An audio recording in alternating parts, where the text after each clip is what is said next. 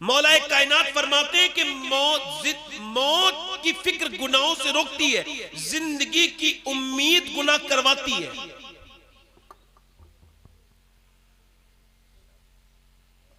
किसी भी कैंसर के पेशेंट को आप गुनाह करते नहीं देखेंगे, तौबा ही करता देखेंगे। हालांकि मैंने कैंसर के मरीजों को ठीक होते देखा है, और जो उनकी कैंसर पे अफसोस कर रहे हैं उनको मौत आते देखा है मैंने। हजरत अब्बास हुजूर के चचा कहते हैं कि हुजूर ने एक जगह इस्तिंजा फरमाया और हुजूर ने फिर वुजू करना था, तो कुरान में नहीं आया कि जब आपको पानी ना मिले तो आप फिर जाके तयम्मुम कर लें। तो हुजूर ने तयम्मुम किया। अब सामने पानी का हौज था, पानी था। हजरत अब्बास ने अर्ज़ की हुजूर ये राज समझ नहीं आया, हुजूर सामने पानी है, यहां वुजू फरमाया।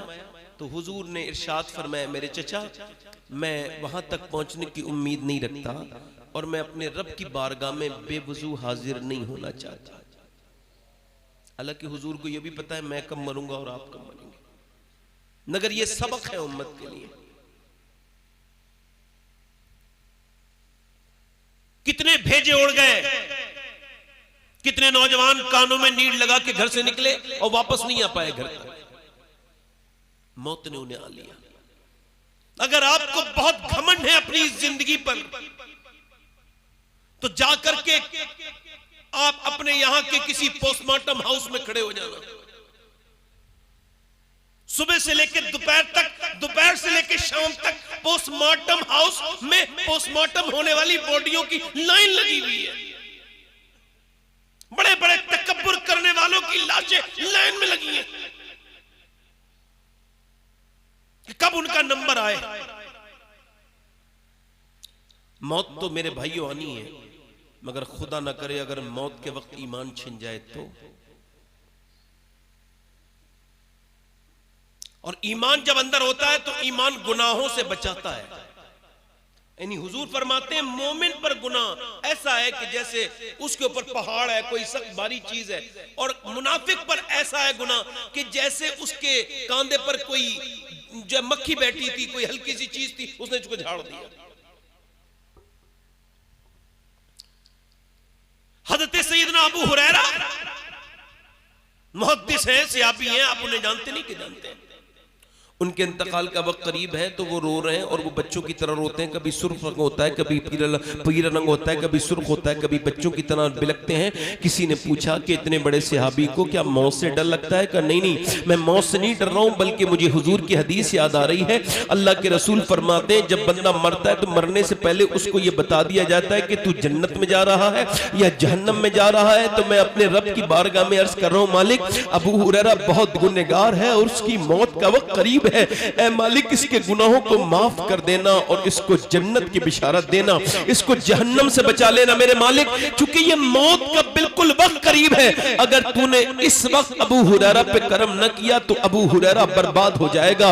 ऐ मेरे मालिक अबू हुरैरा बर्बाद हो जाएगा। जरा तवज्जो तो करें, इतने बड़े सहाबी को इतनी फिक्र है और हमको तो बिल्कुल भी कोई फिक्र नहीं है। हम तो बिल्कुल जो है वो खौफे खुदा से बिल्कुल जो है वो अपने हाथ धो बैठे, बिल्कुल दूर हो गए अल्लाह के खौफ से। हमें न जाने किसने कैसी कैसी बातें सुनाई, न जाने किस किस बातों में आकर के हमने अल्लाह से डरना ही छोड़ दिया है। हालांकि मोमिनीन की पहचान डरना है, मोमिनीन की पहचान अल्लाह के सामने रोना है, मोमिनीन की पहचान यही है कि वो अल्लाह के सामने गिड़गिड़ाते हैं, वो अल्लाह के सामने रोते हैं, वो अल्लाह के सामने गिड़गिड़ाते हैं। आज ये बस मुसलमानों से उठता चला जा रहा है। मेरी बात पे गौर कीजिए। हजरत सैयदना इमाम हसन बसरी रदी अल्लाह तआला अन्हु, अच्छा ये हजरत मौला अली के खलीफा भी हैं, मुरीद भी हैं। ये जो है ना, इन्होंने उम्म सलमा सैयदा उम्मे सलमा का दूध पिया है, उम्मुल मोमिनीन का। और ये बयान करते हैं कि इनका एक हाफिज था, इनका मुरीद, बेहतरीन हाफिज, पक्का टनाटन कारी हाफिज। वो एक दिन इनके पास आया और आके बोला हुजूर मैं बर्बाद हो गया, मैं कहीं का नहीं बचा। कहा क्या हो गया? कहा हुजूर कल एक लड़की का पीछा कर रहा था तो उसके पीछे चलते चलते उसने मुझको पलट के देखा और कहा तुझको शर्म नहीं आती? एक तो तू मुसलमान, दूसरा हाफिज कुरान, फिर भी एक मुसलमान लड़की का पीछा करता है, तुझको शर्म नहीं आती? कहते उसके अल्फाज मेरे सीने में बिल्कुल नश्तर की तरह चुभ गए और फिर मेरी आंखों में आंसू आए और उस वक्त से लेके अब तक मैं कुरान पढ़ना चाहता हूं तो मुझे कुरान याद नहीं रहता, मेरा कुरान मेरे सीने से निकल गया हुजूर। अभी सिर्फ कुरान निकला है, कहीं ऐसा ना हो मेरा ईमान भी निकल जाए, मेरा अल्लाह मुझसे नाराज है। आप दुआ कर दें। हजरत हसन बसरी ने दोनों हाथ उठा के दुआएं की, अल्लाह का फजल हुआ, उसको कुरान वापस मिल गया।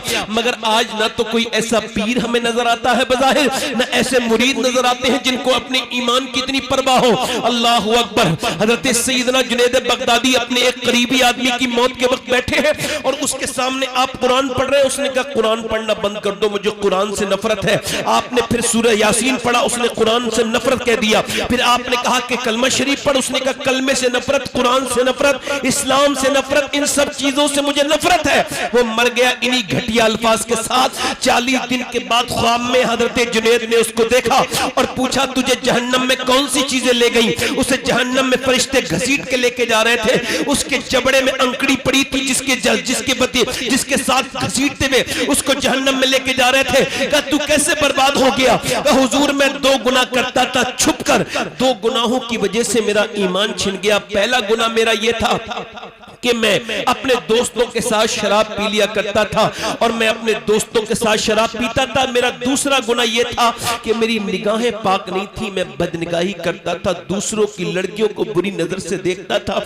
मेरी निगाहों में जो गंदगी थी इसकी वजह से मेरा ईमान छिन गया, मैं कहीं का ना बचा। अब मैं हमेशा जहन्नम में रहूंगा, हमेशा जहन्नम में रहूंगा।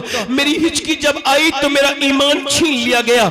अब खुदा ना करे दोस्तों, मेरे भाइयों, मैं आपसे पूछता हूं, आपकी डेटा फ्री, आपकी जीबी फ्री, आपका मोबाइल फ्री, ये जो आपने इंस्टाग्राम पर गंदी तस्वीरें देखी थी क्या ये भी फ्री थी? क्या आपने ये जो लंबी लंबी वीडियो देखी, गंदी तस्वीरें देखी, अपने आप को बर्बाद कर लिया नौजवानों, क्या ये भी फ्री है? खुदा ना करे कि मरते वक्त ईमान छिन जाए, खुदा ना करे कि अल्लाह नाराज हो जाए। क्या समझते हो कि अल्लाह तुमको देख नहीं रहा? बिल्कुल देख रहा है।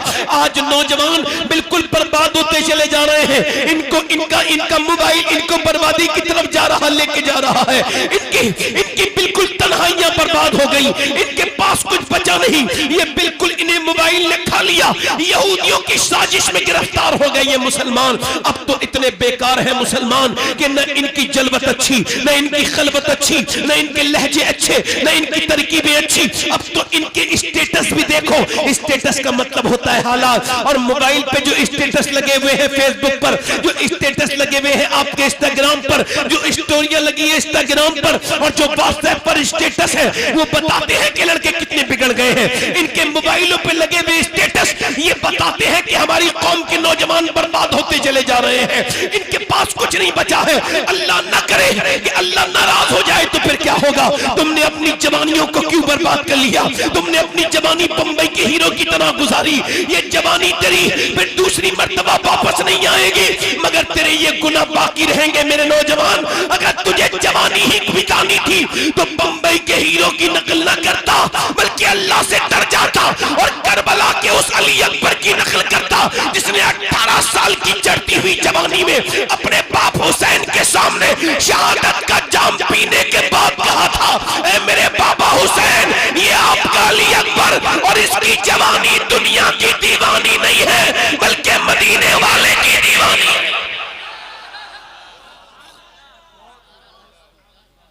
इको कम करना, इको मदीने वाले की दीवानी है। मगर इकबाल कहता है बुश शिकन उठ गए, बाकी जो रहे बुतगर हैं। उम्मती 22 से रुसवाई ये पैगंबर हैं। उम्मतियों के पास कुछ नहीं बचा, उम्मती बर्बादी की तरफ चलते जा रहे हैं। और इस वजह से कि ये भूल गए उन सहाबा को, मुसलमानों को, जिनकी वजह से इनकी तारीख यहां तक आई। ये भूल गए उन सहाबाए किराम को, उन सहाबाए किराम को कि जिनको नहीं भूलना चाहिए था, अहले बैत को नहीं भूलना चाहिए था। पूरी पूरी महफिलें हो गई। जो कौम अपने बुजुर्गों को भूल जाए, उनके तरीकों को भूल जाए, अरे हमसे और आपसे अच्छे तो पहले के जमाने के, अब के पहले के जमाने के भिखारी थे कि उन्होंने कम से कम अपनी गैरत का सौदा नहीं किया था। ये मोहम्मद नदीम नाम रख दिया, मोहम्मद आकिल नाम रख दिया, मोहम्मद फरमान नाम रख दिया, मोहम्मद मुबशिर नाम रख लिया, गुलाम हुसैन नाम रख लिया, गुलाम अली नाम रख लिया, और कर क्या रहे हैं? कर क्या रहे हैं मियां? हमारी जिंदगियां बर्बाद होती चली गई उस वजह से कि हमने सहाबाए कराम को भुला दिया, और औरतों ने भी भुला दिया सहाबियात को, ये भी भूल गई, और औरतें भी बर्बाद हैं। इस वक्त के मर्द भी बर्बाद हैं। खूब शोर मचाओ, नारे लगाओ, मगर मेरे दिल को इत्मीनान इन सब चीजों से नहीं होता। मैं ये सोचता हूं कि क्या हम लोग ऐसा तो नहीं है कि हवा हवाई की जिंदगी जी रहे हैं? ऐसा तो नहीं है कि लोग कहते हैं हुकूमत बड़ी जालिम है, हुकूमत ने बड़ा जुल्म किया है। पूछो क्या जुल्म किया? कहने लगे बड़ा जुल्म किया। मैंने कहा हाँ, हुकूमत तो जालिम है। एक साहब बोले हिंदुस्तान के हालात बड़े खराब हैं। मैंने कहा अच्छा, ये हालात आपने खराब किए? बोले नहीं। मैंने कहा आप ठीक कर सकते हैं? बोले नहीं। मैंने कहा फिर वो जो आप कर सकते हैं वो करिए ना। हालात अगर हिंदुस्तान के अच्छे नहीं है तो आपके हालात कहाँ के अच्छे हैं? अगर हुकूमत जालिम है तो आप कम जालिम है। 5 वक्त की अजानें हुई, आप मस्जिद में नहीं गए, आपसे बड़ा भी जालिम कोई होगा? क्या आप अपने आप को जालिम नहीं समझते? ये आप बैठ करके चौराहे पे क्या बातें करते हैं? फलानी हुकूमत ऐसी, ऐसी वैसी हुकूमत, ट्रेनों में वही बातें, हर जगह वही बातें। अरे अल्लाह ने तुम्हें बैठ करके गपशप लड़ाने के लिए, गीबतें करने के लिए चौराहे पे पैदा नहीं किया, बल्कि मस्जिद में बैठ के अपने नबी पर दुरूद पढ़ने के लिए पैदा किया। मगर जिस कौम को यही याद ना रहे कि वो किधर से चले थे। अरे हम तो 313 थे। कितने थे? बोलो 313। जल्दी बोलो कितने थे? 313 मुसलमान थे पूरी दुनिया में, सिर्फ 313, कोई नहीं है इसके अलावा। और उनके पास कोई वसाइल भी नहीं, और उन्हें मिटाने के लिए फौज भी मक्के से चली है, और वो भी इतने ओवर कॉन्फिडेंस में। अबू जहल इतनी ताकत के साथ चला है, और वो इतनी ताकत के साथ है कि वो अपनी रस्सियों को हवा में उछालता है और कहता है इन रस्सियों में नबी को बांध के लेके आऊंगा। मक्के की औरतों ने अपने जेबरात उतार के अबू जहल के सामने ढेर लगा दिए और कहा हमारा सोना ले जाओ और नबी के दीन को खत्म कर दो। तो मदीने की औरतें आई, या रसूल अल्लाह हमारे पास माल तो नहीं है, मगर ये 18 साल का लाल मौजूद है, इसको ले जाएं और दीन को बचा ले। हाय हाय हाय, नारे तकबीर, नारे रिसालत, अज़मते मुस्तफा, उर्से मुक़द्दस। वो कौन माएँ थी जिन्होंने मियां इतिहास लिख दिया? वो कौन माएँ थी जिन्होंने ऐसे बच्चे जने, ऐसे बच्चे जने कि ऐसे बच्चे फिर दुनिया में ना आ पाए? उन लोगों की कसमें आज भी दुनिया खाती है। इकबाल ने उन पर बड़ी बात कही।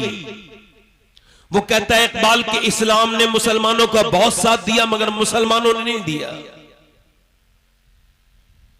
मुसलमान तो इस्लाम से दूरी बना रखते हैं, अपनी फायदे की चीजें इनको खूब समझ में आती हैं। मुसलमान तो वो थे मियां 1000 का लश्कर जब मदीने की तरफ चला है, और जब मदीने के लोगों ने ये खबर सुनी है मेरे नबी पाक ने सहाबा को बुलाया है, अंसार और मुहाजिरीन 313 आके जमा हो गए। नबी पाक ने फरमाया बोलो क्या कहते हो? मैंने मक्का छोड़ा, मैं मदीने आ गया।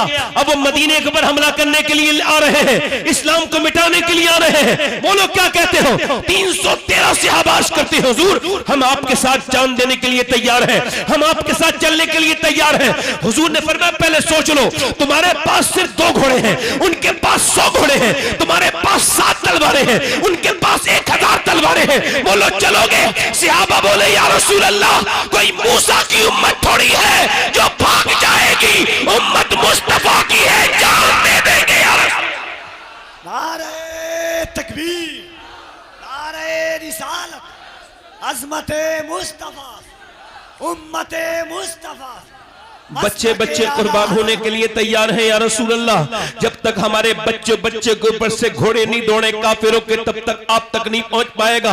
आप तक जब तक हमारी लाशों पे नहीं गुजरेंगे वो आप तक नहीं पहुंच पाएंगे। या रसूल अल्लाह, कहां गए वो लोग, कहां गए वो लोग? अब ऐसे कौन किसे ढूंढे?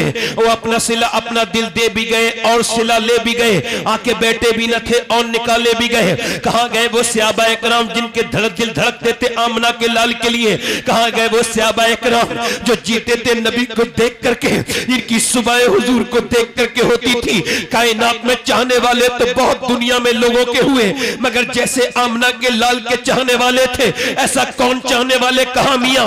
आप गौर को तो करो कि औरतें अपने बच्चों को लेकर के आ गई है और आज 313 का लश्कर मेरे नबी पाक ने खजूर की डंडियां दे दी। अब 313 लोगों में जरा गौर तो करो आप, 313 लोगों में 7 लोगों के पास तलवारें हैं, 306 लोगों के पास सिर्फ खजूर की डंडियां हैं। खजूर की डंडियां आने के बाद सहाबाए किराम के दिल में ये बात पैदा हो जानी चाहिए थी, ये खजूर की डंडी तलवार का मुकाबला नहीं कर सकती।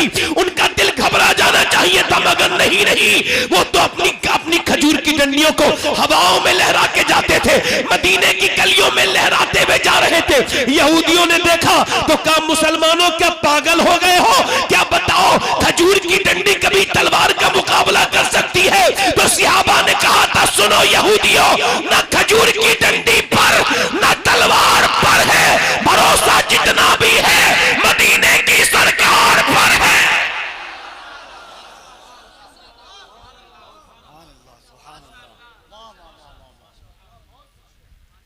निकले मदीने से निकलने के बाद निकलते मदीने से निकलने के बाद पहुंच गए 170 किलोमीटर दूर बद्र के मकाम पर। आज भी कोई भी जाकर के देख ले कि बद्र को अल्लाह ने अपनी आयत बताया। क्या बताया बोलो? और आज भी कोई जाके देख ले, आज भी कुरान की ये आयत बड़े बड़े जली लफ्जों में उसी बद्र के मैदान में लिखी हुई है। वलक़द नसरकुमुल्लाहु बिबद्रिन व अंतुम अज़िल्ला।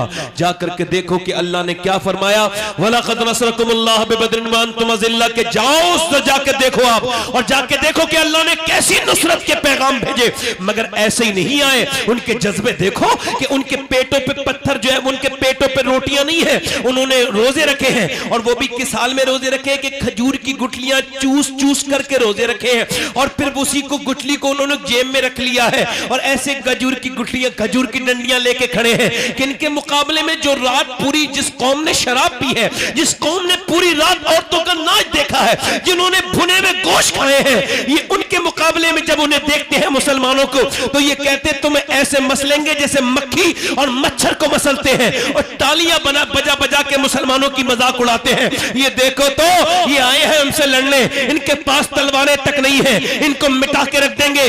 जब वो ये बदतमीजियां करते थे, उसी रात मेरे पैगंबर ने अल्लाह की बारगाह में रुजू किया है। आज मेरे नबी ने सजदा किया है, और बुखारी शरीफ की हदीस है, नबी पाक ने अपना सर सज्जे में रखा है, और नबी पाक के ये मुबारक कांधे हिल रहे हैं। अल्लाह के रसूल अल्लाह की बारगाह में रो रहे हैं, और कितना रोते हैं? हज़रत अबू बकर सिद्दीक कहते हैं कि मैं हुजूर की चादर नीचे को उठा के रखता हूं, फिर गिर जाती है, फिर नीचे से ऊपर उठा के रखता हूं कांधे पर, फिर हुजूर की चादर गिर जाती है, और हुजूर की आंखों से आंसू गिरते हैं। कौन सी आंखें? जिस तरफ उठ गई दम में दम आ गया। उस निगाहे इनायत पे लाखों सलाम, मेरे नबी की आंखें सूज रही हैं। मेरा इमाम कहता है, आंखें रो रो के सुजाने वाले, जाने वाले नहीं आने वाले। हुजूर की आंखों से आंसू गिर गिर के बद्र की रेत में जज्ब हो रहे हैं। मैं कहता हूं, ऐ अल्लाह, काश मैं इंसान ना होता, बद्र की रेत का जर्रा होता, जिसमें मेरे नबी पाक का आंसू गिर जाता, मेरे पैगंबर इस्लाम का आंसू गिर जाता। मेरे नबी पाक आज अल्लाह की बारगाह में जो दुआ कर रहे हैं, उसका लहजा अलग है, उसके अल्फाज थोड़े अलग हैं, उस दुआ का नाज थोड़ा अलग है।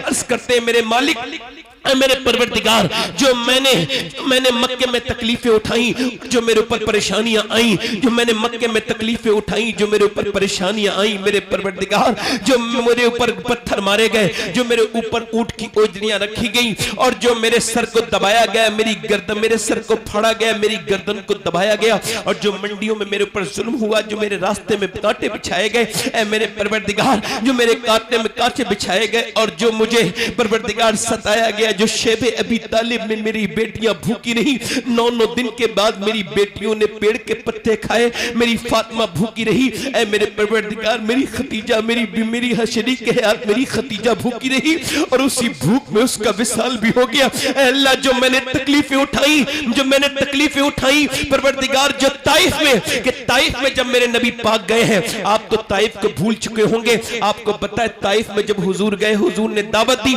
सरकार के ऊपर पत्थर आए, 1-2 पत्थर नहीं, करीब आकर के बदतमीज, बदमाश, बदबख्त, बदतमीज लड़कों ने मेरे नबी के ऊपर पत्थर मारे। 1-2 पत्थर नहीं, इतने पत्थर मारे कि हुजूर अक़दस सल्लल्लाहु अलैहि वसल्लम जब आगे हजरत ज़ैद बिन हारिसा आते हैं तो वो पीछे से पत्थर मारते हैं, जब वो पीछे चले जाते हैं तो आगे से पत्थर मारते हैं। ज़ैद बिन हारिसा पत्थर रोकते रोकते गिर जाते हैं, फिर नबी की तरफ पत्थर आते हैं। मेरे माँ बाप इस लायक नहीं जो आप पे कुर्बान हो या रसूल अल्लाह, मगर पत्थर मारे तो गए, इतने पत्थर के पूरा जिस्म लहू लुहान हो गया और मुबारक पिंडलियों पे इतने पत्थर के फट गई, इतनी जोर जोर से पिंडलियों पे पत्थर मारे गए कि हुजूर की पिंडलियां शरीफ फट गई। अल्लाह अकबर, कोई पत्थर, कोई तीर तो नहीं होता, मगर इतने करीब से, इतनी जोर से पत्थर मारे कि मेरे हुजूर की पिंडलियां फट गई। अल्लाह अकबर, ज़ैद बिन हारिसा ने हुजूर को उठाया और फिर उतबा बिन रबिया का बाग था वहां लेके गया। उतबा ने देखा, उसके दिल में भी अल्लाह ने रहम डाल दिया, कहने लगा ये नहीं करना चाहिए था, बहुत गलत किया इनके साथ, मोहम्मद के साथ। फिर अपने गुलाम से बोला, अद्दास से तुम इनको अंगूर खिलाओ, मैं कहूंगा तो ये खाएंगे नहीं। अंगूर लेकर के अद्दास गया, हुजूर ने एक अंगूर उठाया, बिस्मिल्लाह शरीफ पढ़ी। उसने कहा, आप बिस्मिल्लाह कैसे पढ़ते हैं? इस खित्ते में तो कोई बिस्मिल्लाह नहीं पढ़ता। आपने फरमाया, आप कहां के रहने वाले हो? कहा मैं नैनवा का रहने वाला हूं। फरमाया, जहां के यूनुस है? कहा वहीं का यूनुस है। सरकार ने फरमाया, वहां के यूनुस है? कहा आप यूनुस को कैसे जानते हैं? फरमाया, वो भी अल्लाह का नबी है और मैं भी अल्लाह का नबी हूं। अल्लाह का नबी वो भी है, अल्लाह का नबी मैं भी हूं। अद्दास कहता है, वो ईमान लाए न लाए, मैं आपके ऊपर ईमान लाता हूं, मैं आपके ऊपर ईमान लाता हूं। ज़ैद बिन हारिसा जब बयान करते थे तो रोने लगते थे, कहते थे इतने पत्थरों के बावजूद जब एक बंदा ईमान लाया तो मेरे नबी मुस्कुराने लगे, मेरे आका मुस्कुराने लगे, मेरे सरकार मुस्कुराने लगे, मेरे नबी मुस्कुराने लगे। यानी आज भी इस महफिल में कोई बंदा ये दिल में इरादा करे कि मैं आज से नमाज का पाबंद हो जाऊंगा, तो कोई खुश हो ना हो, आमना का लाल जरूर खुश हो जाएगा।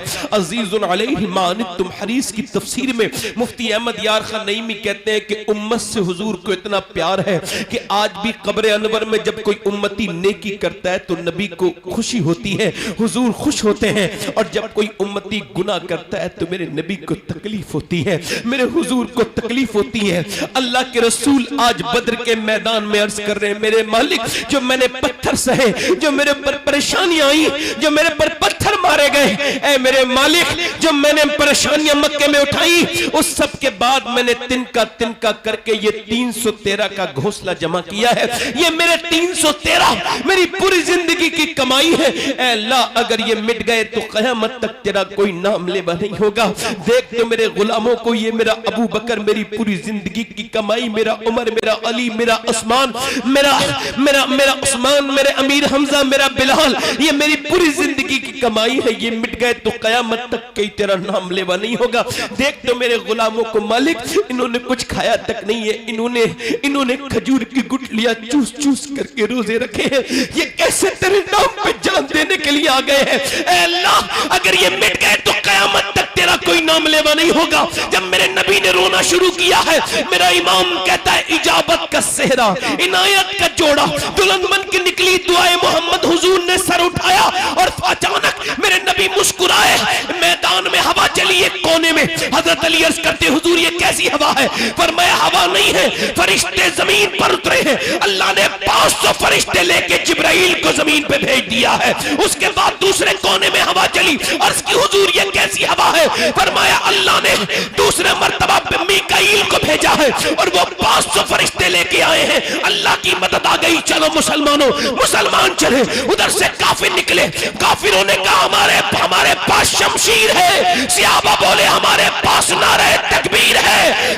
काफिर बोले हमारे पास ताकत है। सहाबा बोले हमें मुस्तफा से मोहब्बत है। कुफ्फारे मक्का बोले हमारे पास माल है। सहाबा बोले हमारे साथ आमना का लाल है। खजूर की डंडियां, ये इस्लाम की पहली जंग थी। खजूर की डंडियां उठी और फिर हाथ काटने लगी, फिर सर काटने लगी। काटते काटते जमीन पे ढेर लगा दिए, किसी का हाथ काटा। अरे जब कटवाने वाला नबी हो तो खजूर की डंडी भी तलवार से ज्यादा तेज काम कर रही है। तलवार किसे ज्यादा काटा, ऐसा काटा कि मियां उनके ढेर लग गए। कट्टे कट्टे जमीन पर गिरे। जब वो जमीन पर गिरे तो भागने लगे, उनके पिट्टे पानी हो गए, वो डर गए। जब वो भागे, उन भागते में उमैया भी था। उमैया मोटा जब भागा, जो बिलाल के सीने पे पत्थर रखता था, जो बिलाल की गर्दन में रस्सी बनवा कर पूरे मक्के में फिराता था, उसी बिलाल ने उसको देखा। वो दौड़ रहा था, बिलाल ने जाके मुंह सामने उसके मुंह पे घूंसा मारा, उस जमीन पे गिरा।